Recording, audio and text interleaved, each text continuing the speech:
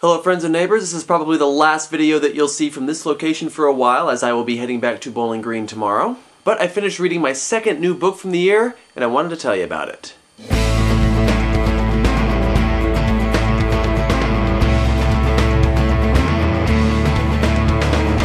So today I'm going to be reviewing this book, Storyteller by Patricia Reilly Giff, or Jiff. This is a rather mediocre attempt at historical fiction. The story alternates between two characters. From the 21st century, we have Elizabeth, a young, accident-prone, clumsy, forgetful girl. She lives alone with her father, an artist who does carvings, and he needs to go to Australia to sell some of these carvings. But he can't afford to take her with him, and so he sends her off to live for a few weeks with her Aunt Libby, who she barely knows. While they're adjusting to her new life, she is introduced to a drawing of an ancestor of hers known as Z. And thus we have our other character, Z from the 18th century, living during the very beginnings of the American Revolution.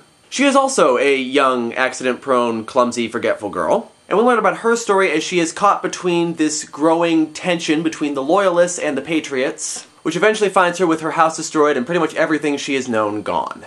So we basically have two stories going on here, and the 18th century story at least is actually pretty good. I really feel invested in the character of Z, and it really shows us the courage that she shows in traveling all this way and in essentially fighting in the American Revolution. And what's nice about this section is that the author doesn't shy away from the uglier aspects of war. It's actually pretty gritty and realistic, which is nice to see from a children's historical fiction novel. The 21st century aspect of the story, not so much. I understand what she's trying to do. She's trying to give us a vehicle to tell the 18th century story with, and she's trying to bring this message home of stories being important in history. But it's just not thought out that well. The pacing is off, I didn't feel invested in the main character, the motivations are all over the place. I mean, it's a nice idea, but it just wasn't executed very well. And even in the 18th century section, the dialogue is pretty uninspired, and I didn't really get a sense of the atmosphere that you usually get when reading really good historical fiction. It kind of reminded me of an episode of Wishbone. You know, where events in the real lives of these characters will segue into scenes from literature. And don't get me wrong, I love Wishbone, but what works for a half-hour episode of a kid's show doesn't necessarily work well for a novel. For all that though, it's not a bad novel. The stories aren't that great, but the transitions between them are usually pretty creative, usually taking some aspect of one character's life and showing the parallel in the other character's life.